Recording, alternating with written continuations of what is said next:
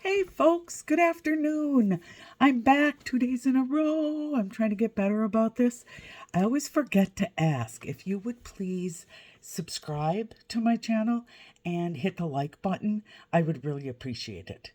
Today, what I wanted to talk to you about is seeing things that we know we're seeing them, but sometimes we make excuses or we just disregard them completely or don't see. The mind doesn't really fully wrap around that this is what we're seeing. So I wanted to talk to you about those things because those are some red flags. Those are some opportunities for you to question what is being said and what you're being told. Yesterday I talked about calling people out if there's inconsistencies of some kind, asking questions. And this is kind of a part of that. This is paying attention so that you can ask those questions.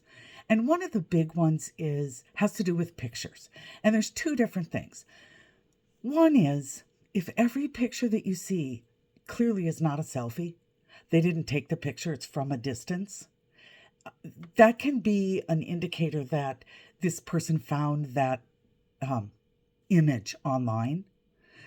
Another thing that you can do if you think that, if you start looking through those pictures now, guys, and going, yeah, none of these pictures are selfies. None of these are this person obviously holding their own phone and taking pictures. You can do a reverse image search online and it will be very helpful to you. You can see the reverse image search allows you to see where that picture came from. So if it came from Facebook or Instagram or Pinterest, you'll be able to see that. And I know I've mentioned Pinterest before, but it really is someplace that sadly, it seems like there's quite a few scammers that are on Pinterest. So I will update also on my scammer who confessed, but I'll do that in another video. It's interesting because I now have a second confessed scammer. So, but getting back to the topic, which is things that we see but we don't want to see, so we don't see, I guess is the best way to put it. Or we see it and then we justify it. So another thing is having a lot of conversation or meaningful conversation at the beginning. So when you first start talking to someone, they're very interested and they're sharing themselves as well. It's not just you doing all the talking. They're asking you great questions. When you ask questions, they answer with very thoughtful answers. And so at the beginning, you think this is really an authentic person. As time goes by, the interactions become less, and it may not be it's not like it goes from here to here overnight. It's more of a gradual, slowly, the interactions are less. The interactions also become more generic, I guess is the best word I could use, where instead of, I'm trying to think, how was your day is kind of generic, right? Whereas something like, what did you do today? It's a little bit less generic, but you can see that there is a distinction between the two. Asking somebody how was their day is, it was good or it was troublesome. And if there's no follow-up, even with a question like that, if someone was to say to me, how was your day? And I said, it was okay. Someone if the situation was reversed and I asked that question and the response was, it's okay, it was okay, my response would be, oh, is everything okay? Did something go wrong? Or tell me more about your day. So if you get just those generic responses like, oh, good, this can be something that you should be seeing, even though maybe you don't want to see it. So talked about pictures, talking a lot more at the beginning. There's also small inconsistencies that we tend to make excuses for, because none of us are perfect and we do make mistakes and we do misspeak from time to time. So it's very easy to say, oh, he or she didn't, they they said this and then they contradicted themselves by saying this other thing, but it wasn't a big deal. Those small inconsistencies are actually kind of important.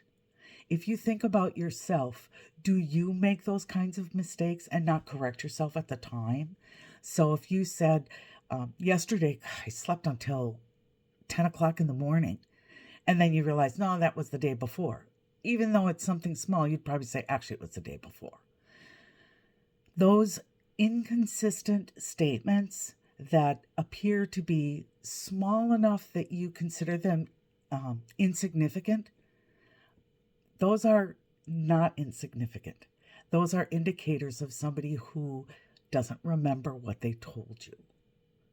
So you when you're talking to somebody and you're seeing small inconsistencies consistently, this is an indicator that this is perhaps someone who is trying to scam you. Keep in mind that most of these scams, so I shouldn't say most of them. Scammers seem to fall into two camps. One is the person who's there for kind of the long scam. They're going to get to know you. They're going to spend time. They're going to want to, touch base with you a lot. And then there's the ones that are almost immediate, where it's you've talked to them for 2 days and they're asking you for money, right? Because suddenly they have a crisis. The ones who are in it for the long haul, those ones they're harder to spot, but yet in some ways they're easier to spot, because in the process of creating that long and that relationship, you're going to start to notice those inconsistencies. Something to look for also is consistency in timing of when you talk to each other. If this person, one of the things that I have observed is that these folks are early morning and late at night.